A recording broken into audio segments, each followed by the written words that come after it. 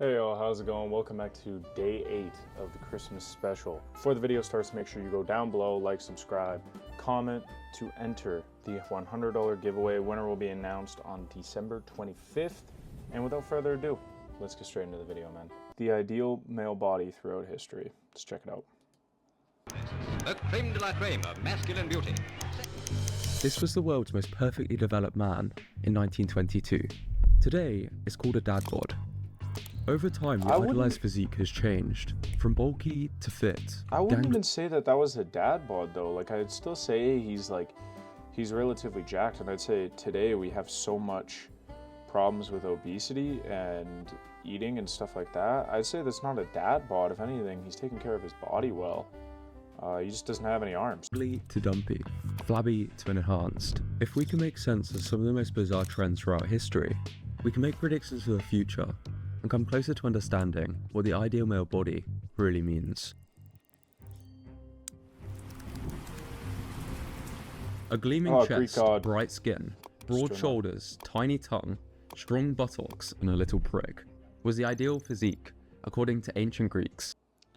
So you're telling me I just gotta pack on a little bit of muscle, shrink my wiener? That sounds like taking steroids is what that sounds like.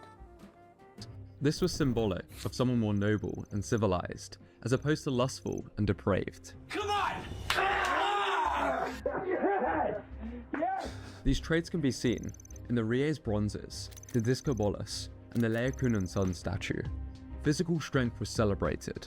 In the words of Socrates, it's a shame for a man to grow old without seeing the beauty and strength of which his body is capable. Probably why Greeks invented the gymnasium, which translates to school for naked exercise. Really? Masculinity was about facing adversity head-on, whether mental or physical.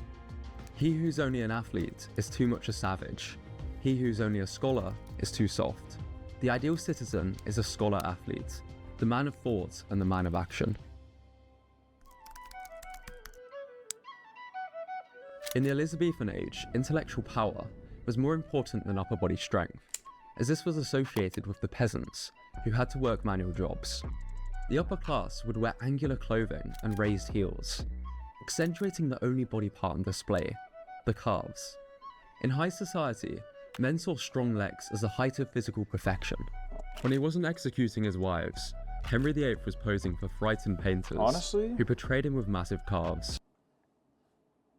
Bro does not skip a leg day. Honestly though, I can kind of understand this. I think it should still somewhat be like this nowadays. If you got some big ass legs on you, you truly do have some strength, especially calves that look like that. Holy shit. This look was clearly popular, with Shakespeare deciding to take it further, flashing his quads. As the middle class rose, the wealthiest, who travelled Europe for arts and fashion, became known as the flamboyant macaronis, named after their love for the Italian dish. They would wear feminine clothes, tall hair, and were typically skinnier people. It was a statement of wealth, as they didn't need to engage in manual labour. They saw themselves as refined, witty, and socially important, with the Earl of Bristol's nephew reportedly wearing a photo of himself across his chest. But unfortunately, after public ridicule and attacks on hair powder, the trend died out. Well, wouldn't that also be because I feel like at some point too, it was very if you were a bigger fella, right? You know, you were a bigger fella back in the day. Wouldn't that mean you'd have better status because you were able to eat more, you know, you're able to get more food? I don't know where I learned that, but I feel like I learned that somewhere. Inspired by the powerful look of the past, Eugene Sandow built a physique through studying Greek statues. He was regarded as a celebrity and admired as a figure of masculinity, popularizing weightlifting. However, this was still a niche look and more of a circus act. The ideal physique for many was now actually a wide waist and sizable stomach. Okay, yeah. A look that signaled wealth and social status, as it showed a man could afford lots of food. Okay, so the Fat Men's Club trend began, in which you had to be over 200 pounds and learn the secret handshake to join. "I've got to be good-natured, I can't fight and I can't run," was their motto. A 1904 Boston Globe article described their arrival. The natives, who are mostly bony and angular, have stared with envy at the portly forms and rubicund faces which have arrived on every train. Clubs popped up in America and France, where men stuffed themselves with huge breakfasts and then headed out for friendly Olympic-style contests of strength and virility.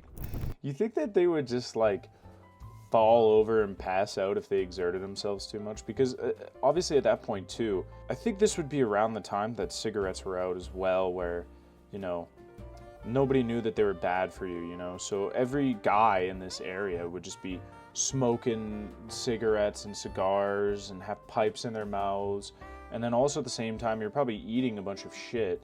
Your arteries are clogged. And then add on top of that, you know, you're smoking cigarettes daily. So you think, like, obviously around this time, a bunch of people were dying from health stuff and a bunch of stuff, and doctors weren't as good yet. But dude, you gotta, you gotta think how much of these people truly would like do like a normal day activity, just fall over, just.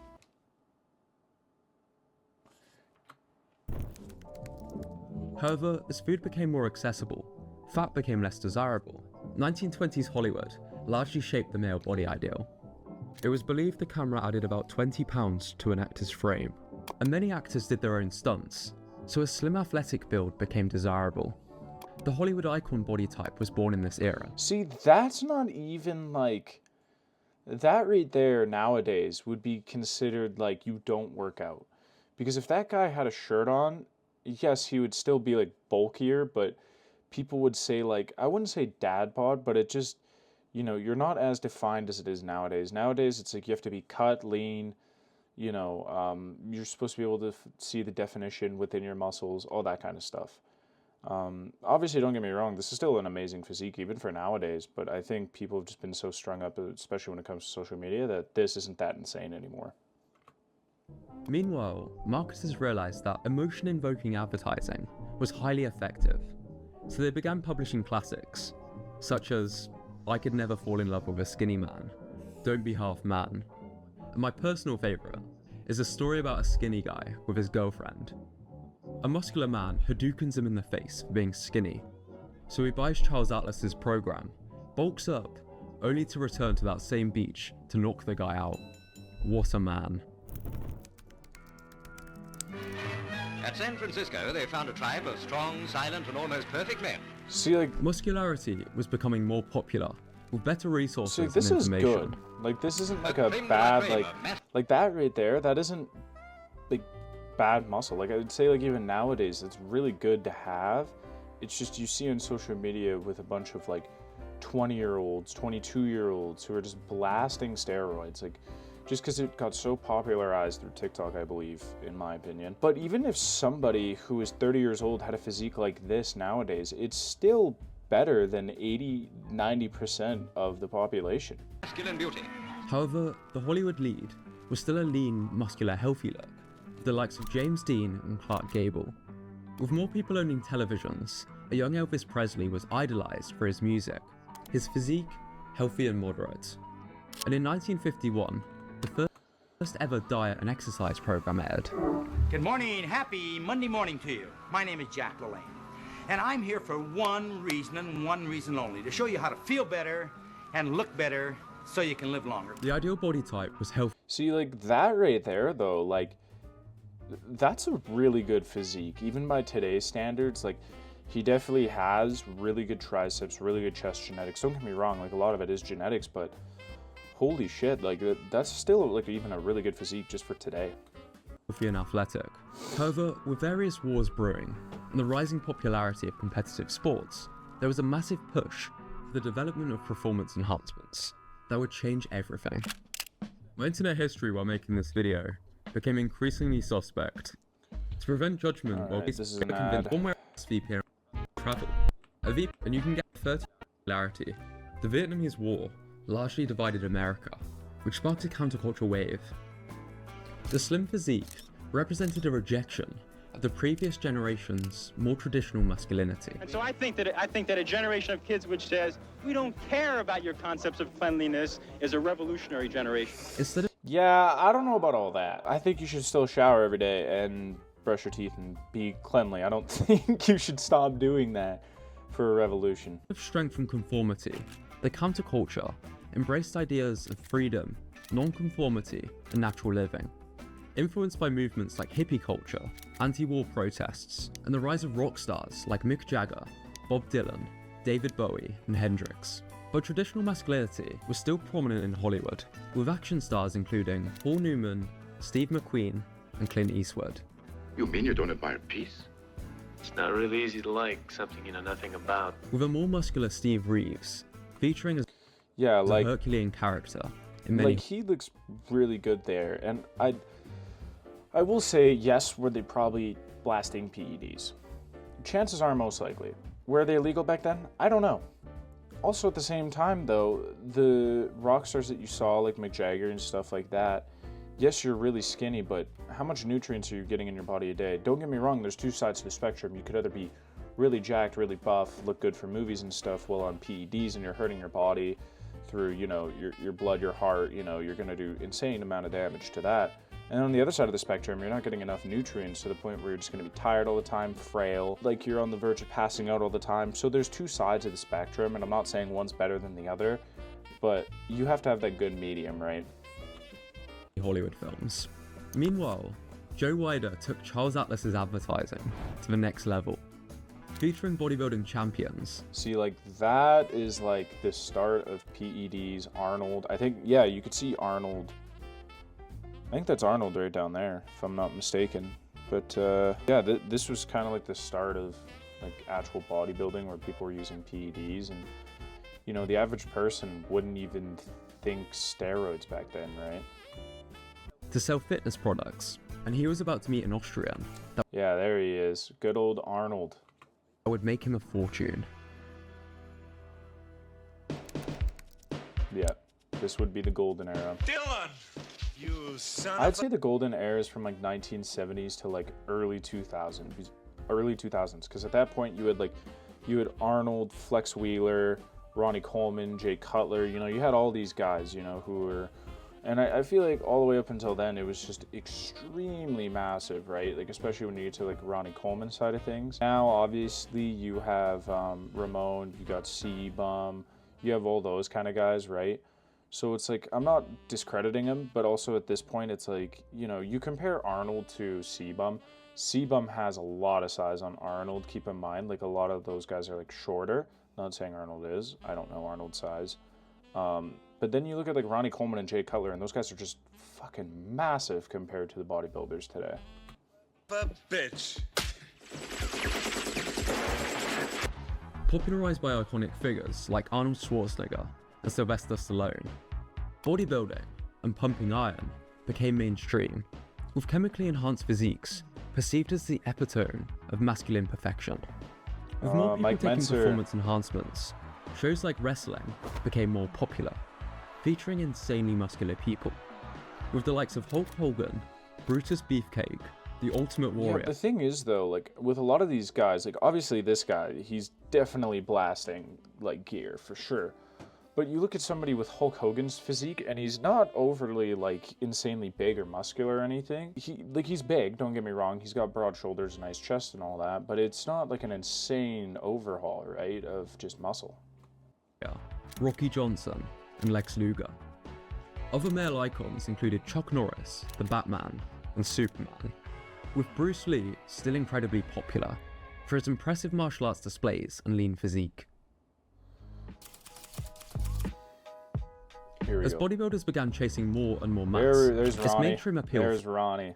Like, look at the size of that guy. That obviously you could tell is steroids, and I think that's a point where it's too far. faded. The effects of steroid abuse became more well known, so the idealized physique became less extreme in comparison to the golden era of bodybuilding. Like, this for me is dream physique. Like Mark Wahlberg in 1993. Don't get me wrong, was he on steroids here? Most likely. Like, even a physique like this, where it is more lean and more natural looking, you're still have a high chance that that person's blasting PEDs, right? Like the cap shoulders that you can see here is a side effect of PEDs. Very symmetrical chest. You know, he's not overall too lean, so there is a chance that he definitely could have been natural. Like, this is definitely an achievable physique naturally for sure. There's still a potential of having some natty status there. Bodybuilding. Hollywood leads included Keanu Reeves, DiCaprio, Patrick Swayze, Tom Cruise, Johnny Depp, and perhaps most representative of the idolized male body, Brad Pitt from Fight Club. More attention was focused on the male body in advertising, such as with Mark Wahlberg's campaign with Calvin Klein. Yeah, I think though, like even at that point, like a lot of these guys who were trying to promote the idea of not abusing steroids were also probably on a small doses of steroids, right? Even if there was something as small as like extra testosterone, they were still definitely blasting probably a little bit of something, right?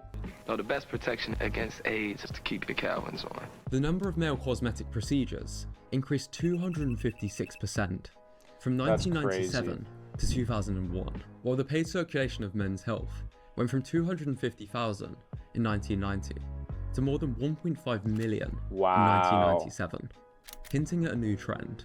Ziz! With the rise of social media sites such as Facebook, Instagram, and forums, the aesthetic era arose, with more of an emphasis on leanness and proportions. See, like Ziz though, like a lot of people will look at a physique like that, and they don't, like, especially at that time, don't think you're taking steroids because you have a lean physique, you know, you're still really like buff and everything, and lean and cut, and you have a lot of muscle, but you're not at the same size as Ronnie Coleman, which obviously you can tell somebody like that's on steroids. Somebody like this, you may look at them and go, okay, well they just work out and they're definitely natural. That's not the case, right? To even attain a physique like Ziz or anybody like Ziz, Shizzy, and any of those people, right? I just listed Shizzy as a recent person, but you're gonna have to number one, have insane genetics, and on top of that, take steroids, right? And you're still gonna need those insane genetics to even look relatively close to them. Now, I'm not saying you shouldn't work out because you don't have those insane genetics. What I am saying is people just don't realize that a lot of people and bodybuilders who look like this are still on steroids. As opposed to sheer mass. Championed by the likes of Z's and the Aesthetic crew, which spawned a wave of fitness influencers, but this somehow became normal. Gymshark was formed, and they would sponsor the most idolized younger men in the bodybuilding social media industry. For me, this is where my goal moved from Ronaldo to fitness influencers. David Lade. As I quit the sports I enjoyed to spend more time in the gym. Hollywood included more muscular actors, such as Chris Hemsworth. Yeah, like that is definitely the result of steroids, because if you look at a lot of the people who are in any sort of movie, like Chris Hemsworth, Chris Evans, The Rock's a really good example. They wouldn't take steroids.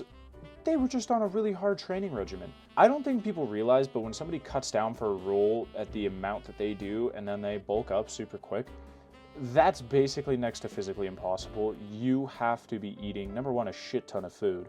And number two, you have to be blasting steroids, because that is a lot of muscle mass to be putting on in what they say 3 or 6 months. That would take years to accomplish a physique like that, especially as chiseled and the amount of muscle you have on there. You'd have to bulk up a lot and cut down, and that would take over about 2 to 3 years. Hemsworth, The Rock, Henry Cavill, Tom Hardy, and Hugh Jackman. Even action figures were being produced with more muscle. There was clearly a demand for increased muscularity. And this shift was further demonstrated with the remake of Baywatch, and films like Twilight, which began portraying more muscular teenagers. Popular influencers began photoshopping their photos to have more extreme proportions so they could stand out on social media. And for some mystical reason, the fitness influencer became synonymous with self-obsessive, dishonest, and narcissistic, kickstarting a new trend. It's the dad bod. Popularized by celebrity figures such as Chris Pratt, DiCaprio, and Seth Rogen, which many believe represents a more approachable form of masculinity that balances attractiveness with the demands of daily life. You know, personally, I could understand having a dad bod. Like, I can understand the appeal to some woman for that. I just personally would never do it. Prominent actors such as Zac Efron and The Rock bulked up even more, with Chris Hemsworth achieving his peak physique. Like, I made a very bad pause there. But like this physique right here, you cannot tell me that that is not steroids.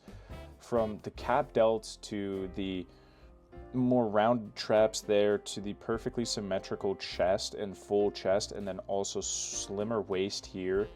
And then you also have the bicep veins and forearm veins going. That's not going to be achievable at all. natural. And don't get me wrong, you could definitely edit a lot of this in post. And there's definitely a lot of bodybuilders who are natural who, you know, may have this sort of look, but they'd be way smaller and it would take them years to obtain. And I'm not discrediting Chris Hemsworth or any of those movie actors, but they ain't telling you that they're taking steroids, which is understandable because in the States, it is illegal to be taking steroids. In Canada, completely legal, you could be taking it, but in America, you cannot be taking any sort of PEDs. It is technically illegal, and in some states, I believe it's legal, but that's why you hear people who, you know, are obviously on steroids, unless if you just don't have a brain in your head. The Rock, John Cena, any sort of big actors like that who say they're on steroids, they're completely lying to you. Reality TV shows such as Love Island featured more muscular physiques. Meanwhile, on social media, influencers are being more open about their performance-enhancing drug use. It's now not unusual for teenagers to be sharing their steroid samples, with performance enhancements such as SARMs and testosterone more accessible than ever before. Yet, many Hollywood lead actors still displayed fit, widely achievable body types. Yeah, like Robert Pattinson, he's definitely not on anything. Like, he definitely has a really good physique, but from what you see on the internet, you don't look at that and go, holy shit, I want that body. No, you're going to be going on social media, seeing people like Alex Eubanks, Sam Sulek, and going, holy shit, I want that amount of muscle, and you see how much weight they move, and especially once you're in the gym for a while, you go, yeah, I want to be like that. More androgynous builds to athletic, and it became a lot more apparent what a lot of people meant when they were referring to a dad bod. Can you rate this guy's physique to me, then? Can't see it. When many people think of dad bods, they're referring to a bodybuilder in the off-season, or James Bond. I think the dad bod's very attractive in my opinion. Is this what you mean by dad bod? Immediately no. Yeah, no, see, I like that. That's not a dad bod. That's not, I think it's a dad bod. Even the world's most perfectly developed okay. man from the early 20th century would be mocked if he had an Instagram. That is true. Adonis himself would not be fit to play most superheroes, and Arnold too fat to win Mr. Olympia today. That Male is body true. dysmorphia is on track to overtake female body dysmorphia within the next few decades. These shifts are ultimately driven by what the mass market wants to see. It looks cool, but as a side effect, even this guy who's commentating the video here, what's his name? Josh Brett. Go give Josh Brett a follow here. I'm definitely gonna subscribe. I'll give it a like too. Josh over here, you can see he definitely even has like a little bit of, you know, veins in his biceps, and by no means is he a skinny guy, right? Like, obviously the neck, he is a little skinny, but you could definitely tell he's put on some muscle there for sure. But still, people would view him as skinny, which is crazy because he's definitely got some muscle on him for sure. Good jawline too. I'm just kind of dick riding at this point. there's a growing disconnect between what most men and women find ideal. Menno Helmsman put out a poll to his audience of mostly serious lifting men and women, and you can see that the men typically chose more muscular physiques, while the women only preferred muscle up to a certain point. Okay, what do we have for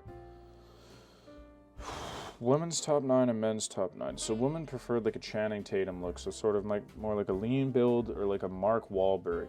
Mark Wahlberg, honestly, that's my dream physique right there. That right there, dream physique, would want to have that. Don't get me wrong, I love like that look as well. Even like the Jeff Syed sort of look. This just looks too skinny, that just looks too bulky. I don't know what looks wrong with that, it just looks wrong. No way, no chance in hell. And that is just, it's alright, right? Like, don't get me wrong, I definitely love to have that, but knowing my genetics, I wouldn't be able to have that. Something like this, it's in my wheelhouse and it's more obtainable, right?